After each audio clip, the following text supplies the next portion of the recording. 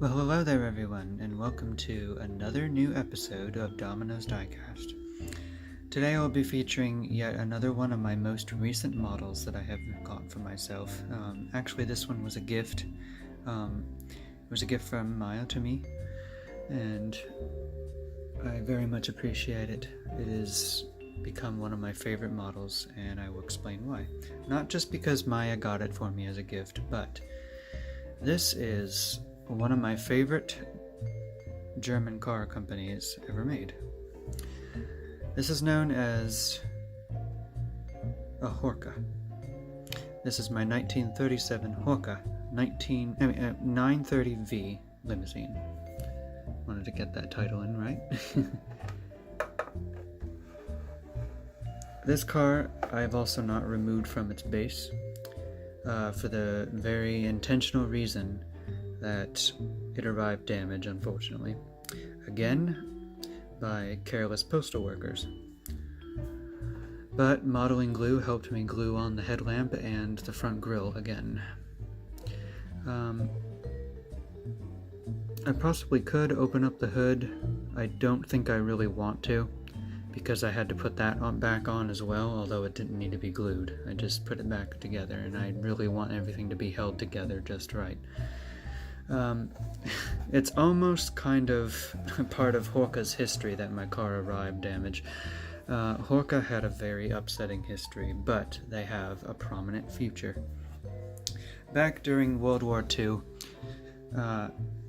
this was a very popular car, a luxury brand from Germany, Horch was, and right when the war was just about over, the entire Horch car factory was bombed, and many of the vehicles were lost, and all of the vehicle designs as well.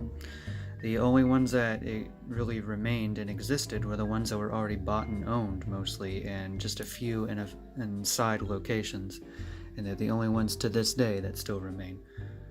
Horch is a very rare car, but it was, to save its name and its likeness, it was bought out by Audi, which is now a modern German automobile. Also pronounced Audi by some people. It's pronounced both ways though.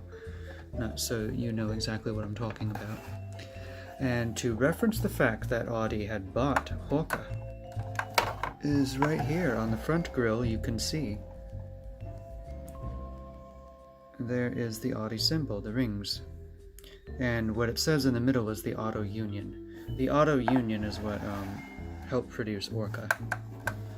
Now, Horch,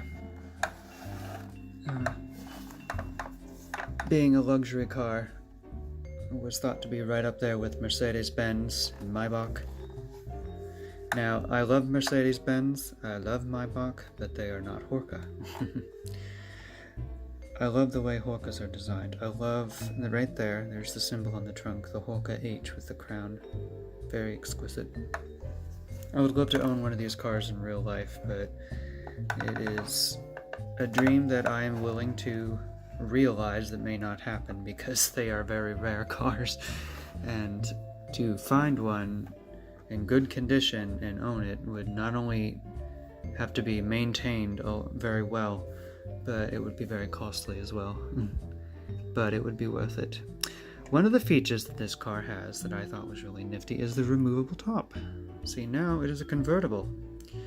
Now, it is called a Limousine in its name, as you can see on the nameplate down here, the Horch Limousine 930V.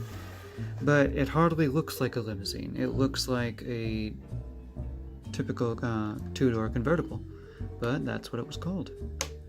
Now, the doors do open, as you can see. I don't really open them very often. In fact, I have not had this out of the box since I had glued the front end back together. So it has not really been featured anywhere except in its box. I love the Horch steering wheel there. Let me just glue this back on. Or not glue it back on, but shut the door again. There we are. I'm very pleased with how I was able to save this. I was almost devastated when it arrived and the whole front end was broken. I was really upset over it, but thankfully I knew what to do. I love the steering wheel on there. Look at that lovely chrome steering wheel and the Horch H right in the middle. Beautiful styling in the Art Deco era. It looks just as good as a convertible as it would with the top up too.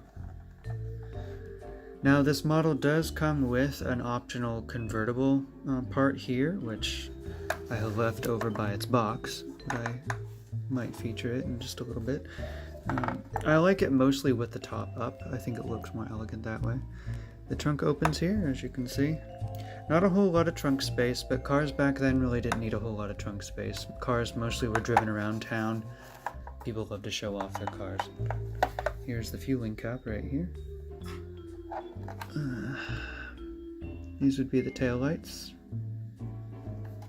And of course, you know, I love the side fender, spare tires, and the mirrors up here. This is a very German thing right here. Although a few American cars also did that too. I love the way the windshield is designed as well, for aerodynamic. The way it is kind of, the way it's shaped here on both sides. This allowed the wind to blow around the car for speed. Very elegant automobile. I love those big headlights. And then of course that big prominent hood ornament. I love a big prominent hood ornament. The bigger the better. I love large hood ornaments. I think they're classy and stylish, and I love them on old cars. A car that doesn't have a big hood ornament really just, it doesn't interest me. Unless of course it's an Edsel, because they only had small ones. The seats do move. Nice little feature for this car. They didn't even need to do that, but it's a nice little feature they added in. You might be wondering what these are right here. This actually was for passengers. They would roll down the window.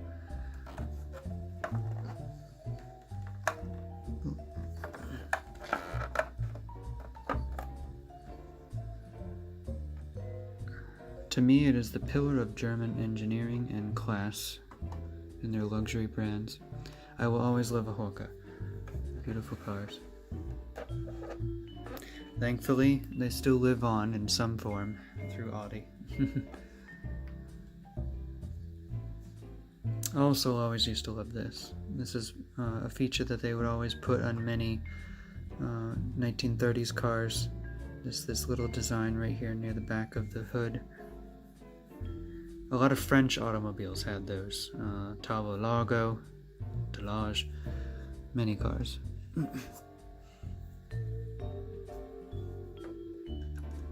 The Horch H is even featured on the hubcaps of the wheels themselves. So much attention to detail with this model. This model was made by Ricoh in 1/18th scale. It's a very good company. I will buy from them again one of their cars. I do want to have more Horchas in my collection. Well everyone, I hope you enjoyed this video showing off one of my favorite models in my collection. And I will hope to see you again in the next video. Bye for now.